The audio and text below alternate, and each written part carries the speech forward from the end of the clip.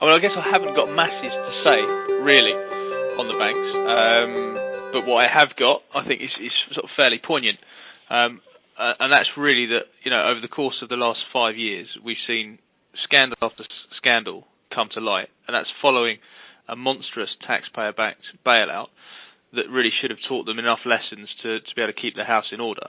So through sort of LIBOR scandals, again, damaging clients to pursue their own interests, foreign exchange rigging scandals, damaging clients to pursue their own interests, and certainly with RBS, the GRG scandal, where they're running small businesses, very viable small businesses, into the ground with exorbitant fees for advice and consultancy for their own gain, is just another example of banks really not having hold over their employees and also their own ethics.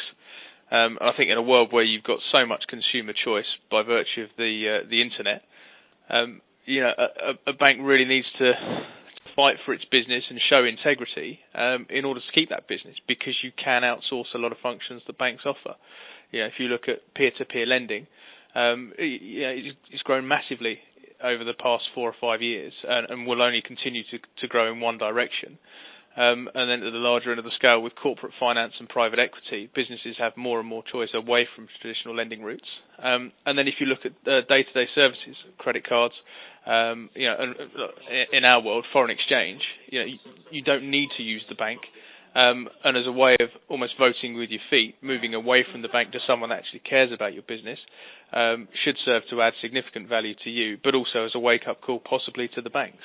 I think there's a very strong case to argue that people should be voting with their feet and moving away by way of protest, because all the while the financial regulators are giving very limp slaps on the wrists to banks, and rather than criminal prosecution and restrictions of business, it's down to the consumer to voice their dissatisfaction. And it's, going back to RBS, who are 80+% taxpayer owned, it's absolutely ridiculous that they've been allowed to get away with it from the regulators, from Westminster, and from their customers.